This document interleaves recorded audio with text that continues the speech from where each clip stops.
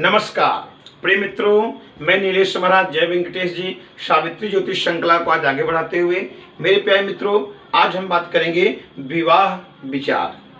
किस नक्षत्र में विवाह करना चाहिए, किस माह में विवाह करना चाहिए, किस तिथि को विवाह करना चाहिए और किस लग्न में विवाह करना चाहिए और किस वार को विवाह करना चाहिए। आज हम विवाह की संपूर्ण जानकारी आज आप सामने प्रस्तुत करना चाहते हैं। मित्रों, देखा जाए तो हमारे शास्त्र में 27 नक्षत्र बताया गया है और 27 नक्षत्र में जो 11 नक्षत्र हैं यही शुभ नक्षत्र विवाह के लिए बताया गया है और इसी 11 नक्षत्र में विवाह करना चाहिए।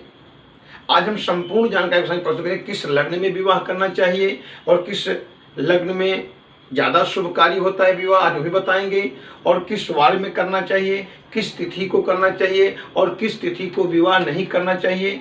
संपूर्ण जानकारी आज हम आप सामने प्रस्तुत करेंगे। प्रिय मित्रों, एक निवेदन है, यदि आप मेरे चैनल पर नए जुड़े हुए हैं, चैनल को जरूर सब्सक्राइब करें। तो मेरा वीडियो आपको अच्छा लगे तो आप अवश्य लाइक करें।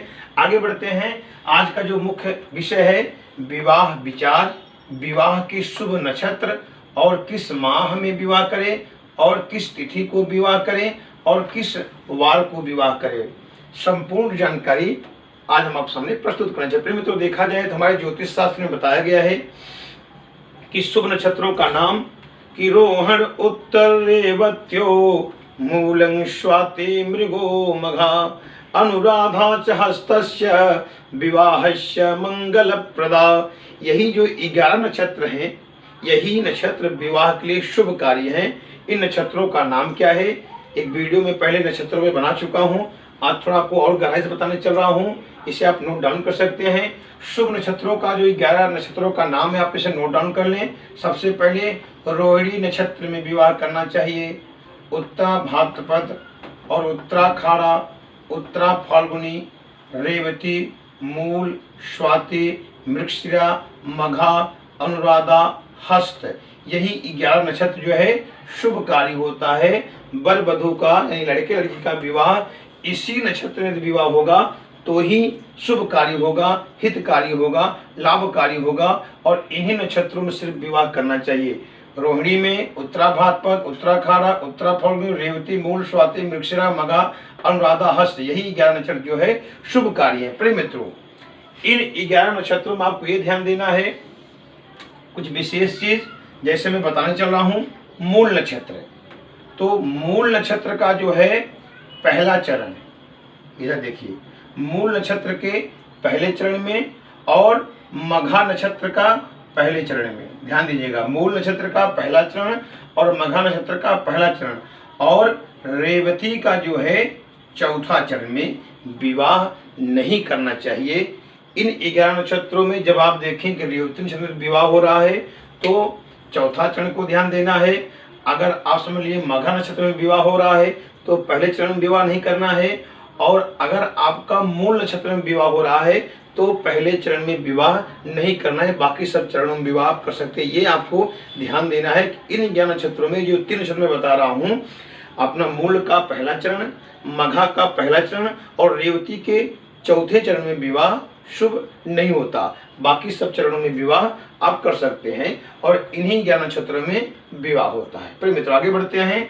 किस माह में विवाह शुभ कार्य होता है, तो महीनों का मैं यहाँ नाम लिखा हूँ, फाल्गुन मास, माघ मास, मार्गशीर्ष, अगहन, आषाढ़ और ज्येष्ठ, इन्हीं महीनों में विवाह शुभ कार्य होता है और इन्हीं महीनों में विवाह करना चाहिए।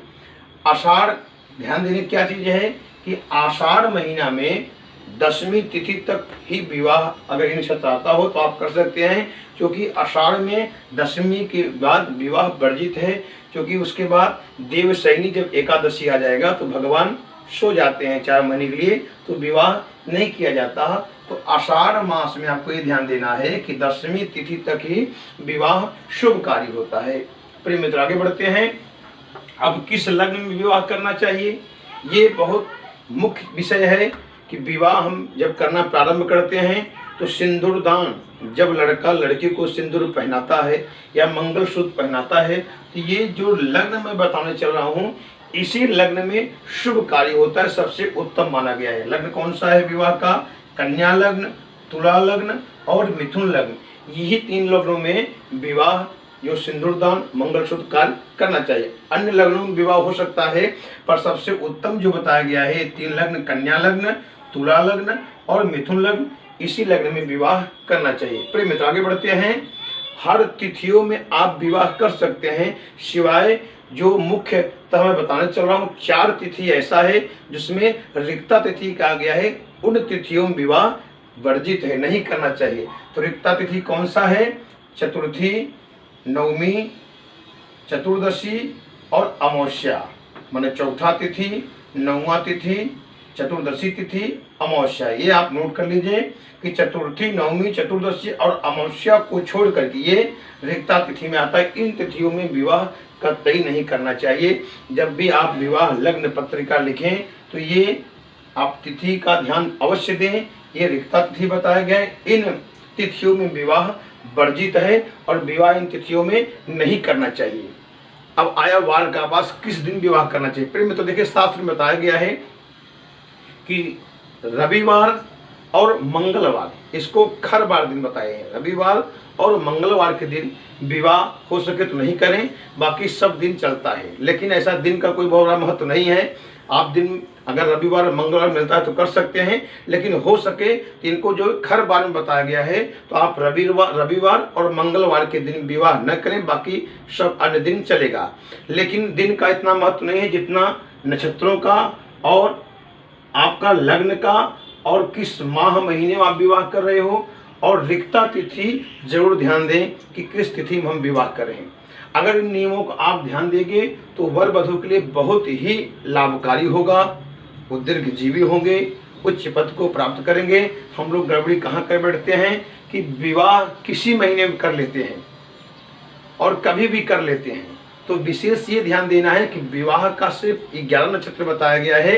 रोहन, उत्तर, रेवत्यो, मूलं, स्वाति, मृगो, मघा, अनुराधा, सहतस्य विवाह से मंगल प्रदा, इसी 11 नक्षत्र में विवाह करना चाहिए। और जो मैंने तिथियां बताया सब तिथि में विवाह करें, पर जो 4 तिथि रिक्ता इसको छोड़ करके विवाह करें। और आपको मैंने लग्न भी बता दिया और माह भी बता दिया, यही शुभकारी है और इसी में विवाह करना चाहिए। प्रिय मित्र, वीडियो आपको अच्छा लगा हो आप इसे लाइक करें, सब्सक्राइब करें। अगले एपिसोड फिर मिलते हैं। नमस्कार।